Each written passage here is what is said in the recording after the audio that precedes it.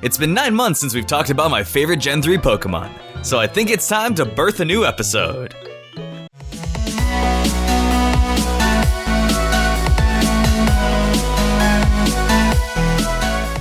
We've journeyed through many regions in this series, and have finally come to my favorite region of them all, the Sinnoh region. It's not my favorite region by far, but it's the region I've spent the most amount of time playing, as I really enjoyed Pokemon Platinum and procrastinating on my homework. It's definitely hard to have to rank these guys, as they are Pokemon I've hung around the most, especially with Wi-Fi battles being introduced in this generation. So let's just jump right into it. Welcome everyone to my top 10 favorite Gen 4 Pokemon. Hope you enjoy. Number 10, Pokmon Z. I can't tell you the amount of times that I tried to make this guy work on one of my Wi-Fi battling teams. The only reason I can't tell you is because I'm getting old and I actually can't remember anymore. Ugh. What happened to me? Oh right, time. Porygon, however, looked amazing as time passed. I loved its look from Generation 1, but seeing it upgrade in each of its evolutions was something I was really happy about. It was a very unique Pokemon that gained a little more personality with each installment. Pokmon Z just looked like this silly, derpy, alien-like dog, which made it somewhat different from the rest of the Pokemon, while still feeling like it belonged in this generation's style. It was also a lot of fun to use in battles with the many different types of special moves it could use, like Thunderbolt, Ice Beam, Nova Blast, all the moves you'd expect from a virtual monster to be able to use. Number 9, Rampardos. There was just something special about Rampardos. I loved its sleek look, but it also brings back a lot of nostalgia for me, as I used to try and battle with my friends and would somehow get stomped by this guy every time. I mean, eventually I wiped it out, but it just took me quite a few battles. And after all those beatings, I just started to like this Pokemon. Rampardos is quite possibly my favorite fossil Pokemon, and I just love its somewhat out there design with these spikes and brain helmet, I guess. I was always really excited to see new fossil Pokemon, and after a generation that had Cradily, Rampardos went on to make up for that. Number 8, Bronzong. I'm not sure if this is a Pokemon that many people like, but I found it really interesting. It was another standout Pokemon for me, as there weren't that many inanimate object Pokemon that were being flamed before Generation 5. This was the time when they made inanimate object Pokemon with a little more personality. Bronzong was just weird to me, but in its own special way that made me want to have one on my team. It also helped that I love to have steel Pokemon, as you could probably tank almost anything in the main game and levitate over the rest. Even though Bronzong had the same typing as Metagross, I loved how different they felt. A lot of times with dual typings, you can see many similarities throughout. However, aside from the color scheme, Bronzong and Metagross have completely different feelings that satisfy my needs for a steel psychic type in their own ways. Number 7, Lucario. Lucario was a Pokemon that had a different aura around it. Being paired with a cool character like Riley and giving Lucario essentially its own side quest so you'd be able to obtain one yourself made it feel even more special. The combination of steel and fighting was also never seen until Lucario was introduced. That was just awesome. It didn't matter how bad a Pokemon was, getting to see a new type combination was always a treat. Most of the time. But this was Lucario, one of the coolest Pokemon in this generation, with a typing as interesting as steel and fighting. Oof. Oh, that's a lot, I gotta sit down. I love how Lucario was integrated into the stories of the games. It had many great experiences after Generation 4. Being a main character in the Mega Evolution story of X and Y, leaving its longtime friend who raised it and took care of it for a random person it barely met, that's everything. It has everything. Cool designs, wonderful bonds, betrayal, that's everything you need for a hardy Pokemon. Number 6, Gliscor. I love this dude. I was so happy to see Ash get one in the anime and get the recognition it deserved. Gligar was the first ground flying type, and it was cute, but a little lackluster with how weak it was. So when Gen 4 came around and we saw it turn into this beastly vampire, it was great. It was powerful. It was better than Twilight.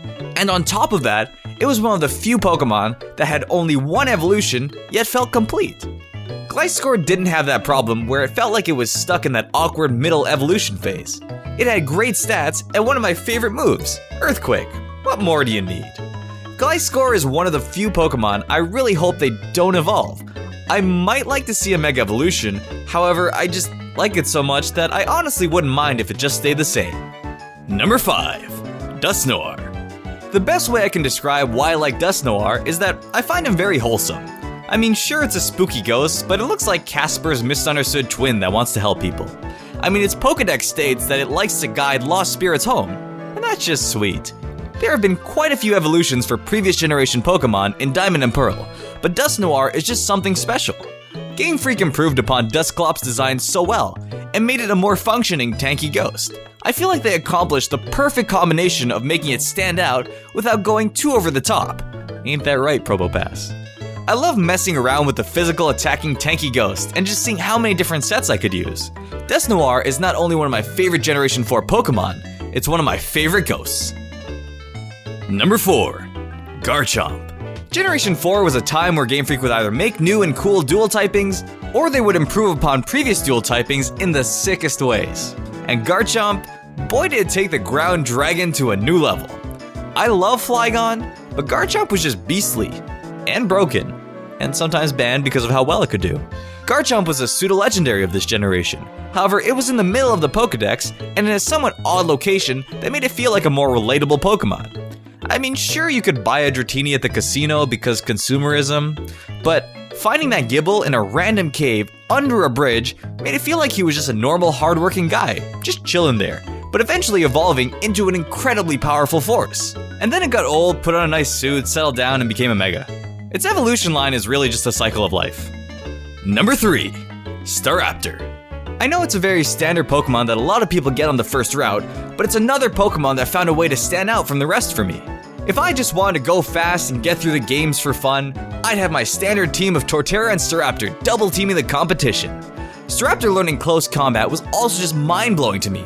A bird learned a fighting move, and look at that animation. Where are these hands and feet coming from? You got wings. Staraptor's personality just resonated with me as it had a tougher demeanor and was colored so well that I would forget it's a normal flying type. You know that typing that gets a lot of flack? Yeah, that one. Staraptor honestly has to be one of my favorite bird Pokemon, and someone I just love to travel around the Sinnoh region with. Number 2. Luxray. There weren't very many electric type Pokemon in the 4th generation, however Luxray made up for all of that. Just look at it. It's all spiky and like a best friend that won't leave you because they got an offer from Vogue magazine. I mean, just look at this evolution line. It's an electric lion family. How do you not get cooler than that? And the color scheme. Oh my goodness, it's just great. Also, let's not forget the fact that you can get a little Shinx at the beginning of the game. So you can bring this dude throughout your entire adventure. From its small steps in the first gym to bigger leaps as it carries you through Crasher Wake's gym. Until he sends out Quagsire at least. But that's why I'd have number 1, Torterra. I don't know what it was that drew me to Turtwig, but I just love that little turtle. And seeing it grow up into a beastly Torterra, taking down everything it could with its earthquakes, that just brought a shimmer to my prepubescent eyes. Torterra is just so funny. It's an awesome type combination that really helps you counter a lot of the problems you'd face in the games, but it also just has a tree on its back, just chilling there. I mean, I don't know if that's the easiest thing to maneuver around with, but it looks cool. This is a guy that has Pokemon being born on its back, spending their entire lives there. Torterra is literally a planet for these guys. I mean, I don't know how. I get that it's the continent Pokemon, but it's only like a few meters in length, and I don't see many berries or anything to eat on there. Torterra has just spent so much time with me on my Gen 4 playthroughs, carrying me through the toughest opponents, and not even caring that I constantly misclick sometimes. But you know what? Torterra was there. And that's what I like to have. Friends that are there for you. Thanks for watching, everyone. Sorry about taking so long to upload videos, just been trying to work on some things and dealing with some stuff, but I really appreciate your patience. Don't forget to leave a like and subscribe to see more so you don't miss any new episodes. Thanks again, and until next time, keep on catching!